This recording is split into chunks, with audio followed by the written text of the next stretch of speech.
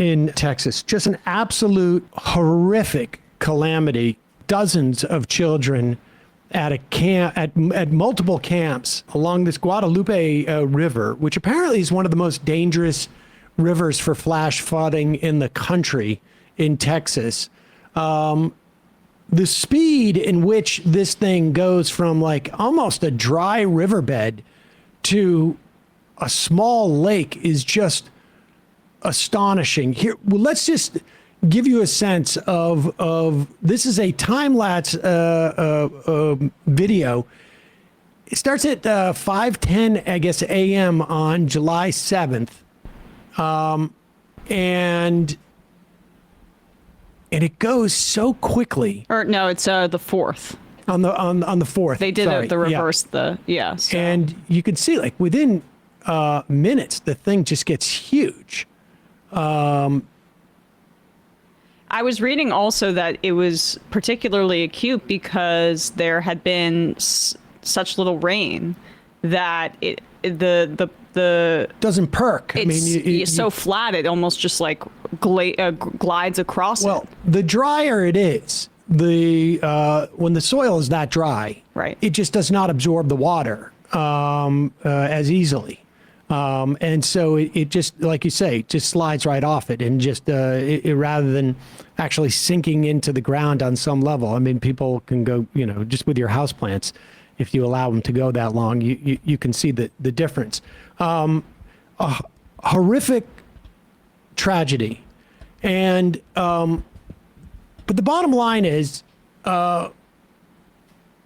we used to have, I think it was a longtime listener of this program, studied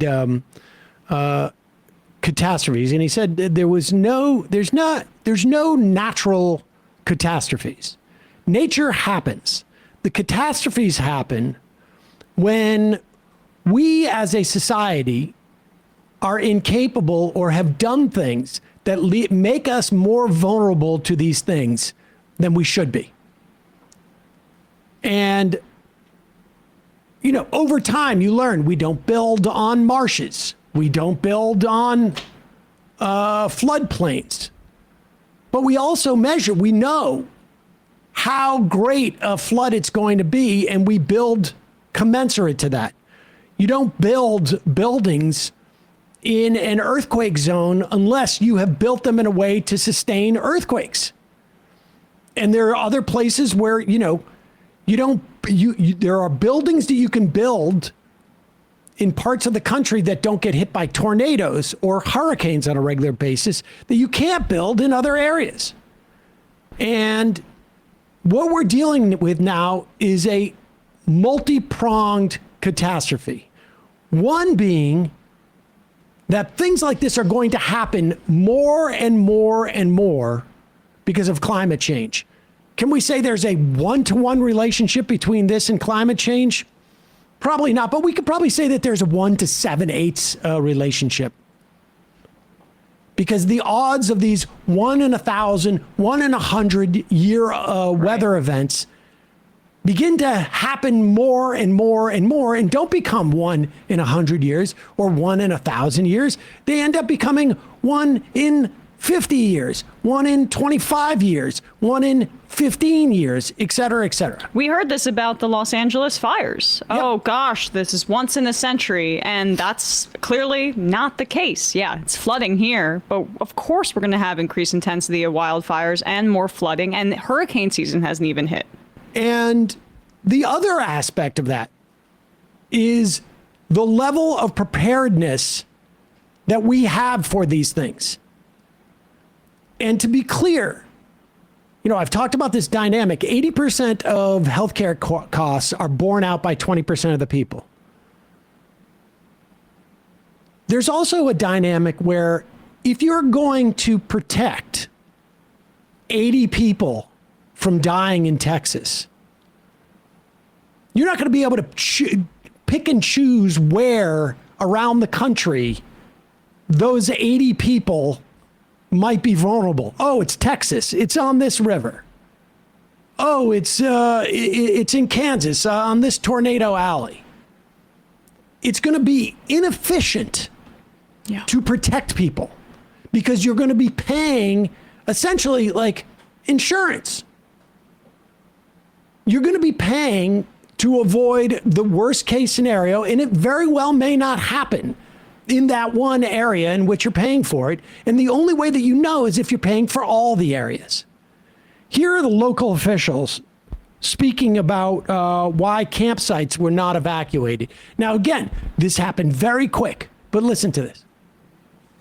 So we can recover those funds. So yes, it is a full operation. That has it this morning. Mr. Rice. One more question. Yeah, well, one of the questions that still hasn't been answered 3 days into this is, despite TDEM's warning on July 2nd and July 3rd that something like this could have happened, that the threat existed, why that information didn't get down to the camps and why they weren't evacuated. Can you answer that now? That is a great question, but again, we want to make sure that we continue to focus. We still have 11 missing children that we want to get reunited with our families. Until we can get reunited with our families. But was that a breakdown of communication? We are not going to stop until we do. So, But sir, there are a lot of families who... Question, sir, was any emergency alert given out on the 4th that morning of? Did anyone? Sir, there are families who deserve better than that.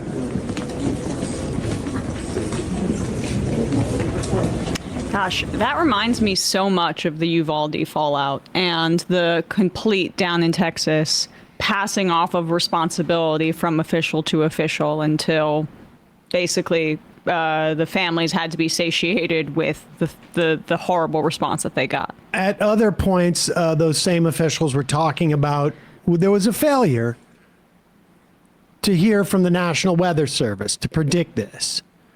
This is a clip. We played this clip a month and a half ago when it first happened. This is a South Florida weatherman. This is in early June. And he is basically warning his audience that he's not going to be able to do his job in the way that they have come to expect him to do it, because he relied on the National Weather Service in a way that he realized he could not rely on anymore. Right? When is it going to turn? John, it's not turning. It's coming straight to us. It's going to turn. All right? The turn was never forecast to be on Sunday. The turn isn't even on Monday morning. The turn will come Monday afternoon, Monday evening, into Tuesday. Remember that? That was about 6 years ago. That was Hurricane Dorian, as it was absolutely devastating the Northwest Bahamas as a Category 5, sat over that region for 2 days. It was headed straight west. Lots of people in Florida were concerned the hurricane was heading here. And as you've grown accustomed to my presentations over my 34 years in South Florida newscasts, confidently, I went on TV and I told you, it's going to turn. You don't need to worry. It is going to turn. And I am here to tell you that I'm not sure I can do that this year, because of the gutting, the sledgehammer attack on science in general, and I could talk about that for a long, long time, and how that is affecting the U.S. Leadership in science over many years, and how we're losing that leadership, and this is a multi-generational impact on science in this country, all right? But specifically, let's talk about the federal government cuts to the National Weather Service and to NOAA. Did you know that Central and South Florida National Weather Service offices are currently basically 20 to 40% understaffed? From Tampa to Key West, including the Miami office, 20 to 40% understaffed. Now, this type of staffing shortage is having impacts across the nation, because there's been a nearly 20% reduction in weather balloon launches that carry those radio sounds. All right, we don't need to see the whole thing, but you got the point here. The quality of the forecasts is becoming... The point here, of course, is that it makes a difference what happens with the National Weather Service to local predictions of what's going to happen. Here is a clip. This is in the, this is the one I put in the, yeah. Here's a clip that outlines the cuts to the local area National Weather Service offices in Texas. The head of local weather warnings will take an early retirement as cuts happen to the National Oceanic and Atmospheric Administration, better known as NOAA. The last day for the warning coordination meteorologist Paul Ura is April 30th. He coordinates the warning function of his office and is in charge of the Skywarn program, spotter training, and sharing information with the community. Ura's retirement is part of an early retirement package offered to National Weather Service employees. He's worked with the service for 32 years and spent more than half that time at the office in Austin, San Antonio. Let's bring in our chief meteorologist, Nick Bannon, now. And Nick, help us understand what this means for you and many people out there in the community. Yeah, more than any other meteorologist at our local National Weather Service Austin, San Antonio office, we work with Paul more than anybody else. He is a great segue between the studies and the forecasting that the National Weather Service does, as well as the warnings and watches that they put out. And he is a great connector to the media so that we can follow along with their thinking. We can help pass along those important warnings to you at home. And as he leads the warning section of the National Weather Service, he, of course, plays a big role in determining issuance of watches and especially warnings in the local area. Even though the Storm Prediction Center do the watches, they do coordinate with local National Weather Service on the watches eventually, and then the warnings are distributed by our local National Weather Service office. But more importantly than his job description is his experience. He's been working with the National Weather Service for 32 years, as you mentioned, and more than half of that time in our local office. And all right, and his position.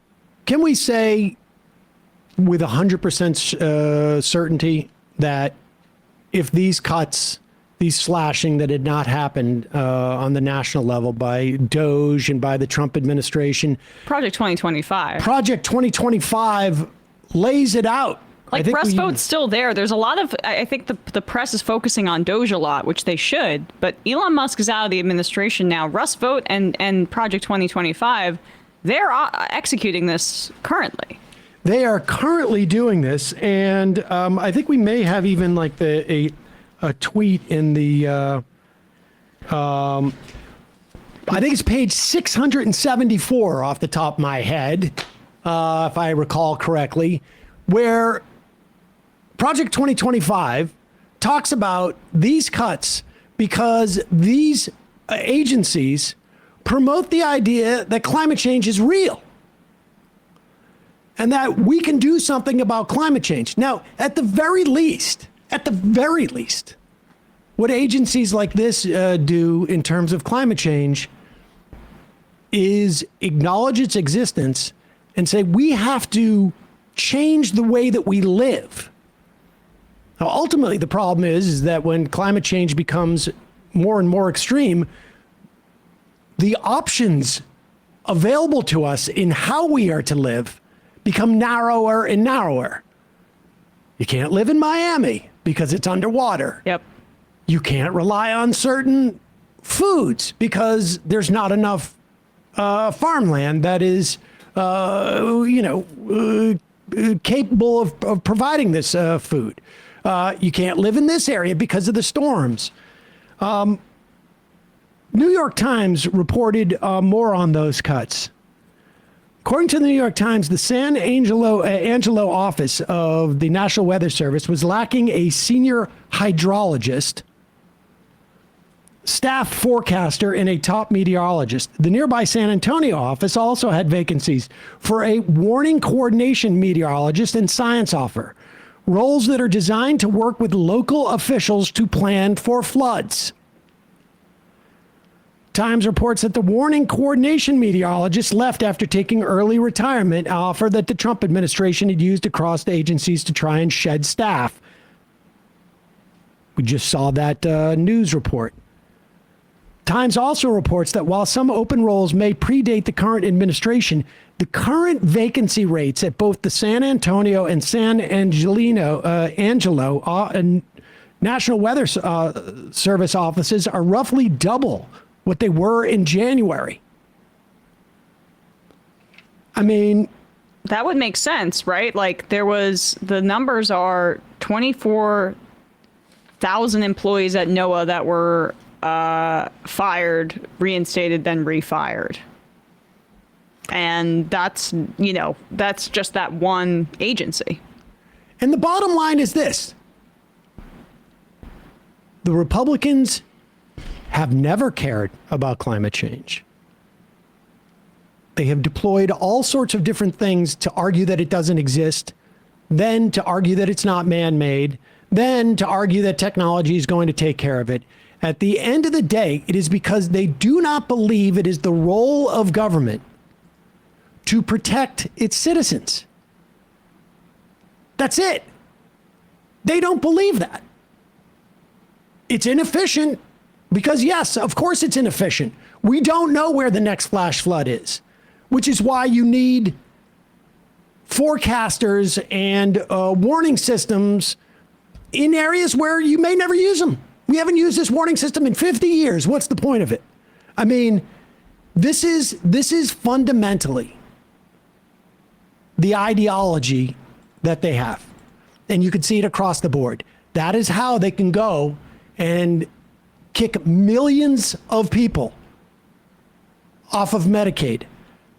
There's gonna be $500 million worth of, $500 billion worth of cuts to Medicare over the course of the next 10 years. This is how they can kick millions of people off of food assistance. It's because they fundamentally do not believe that it is the role of government to protect its citizenry. Period. End of story. They just don't believe that's the function of government. What they think the function of government is to have a massive military that puts money into their benefactors' pockets, and to have any other government expenditure that puts money into their government, benefactors' pockets. That's it. There's no other explanation. While every single Republican minus two, Massey, who has a libertarian ideology about, he thinks it should be even less, that government should take care of people, and Fitzpatrick, who's in a purple district in Pennsylvania, and if his vote was needed, I guarantee you he would have voted for it. This is the dynamic. There is no question about this. They're going to hopes and prayers. Sorry about your kids. It was the same thing with COVID. Same thing with Medicare. Same thing with Medicaid. Same thing with SNAP. Same thing with college loans. It just goes on and on and on. That's it. Trump said they're going to get rid of FEMA by the end of the year. States can take care of it. They don't have the ability to tax. They don't have the ability to deficit spend. That's it. All right, we'll go through more aspects of that bill in just a second. Hey, folks, don't forget to hit the subscribe button and check out our daily show. We do it every day at 12 p.m. Eastern for about 2.5 hours. We even take phone calls. You should check that out.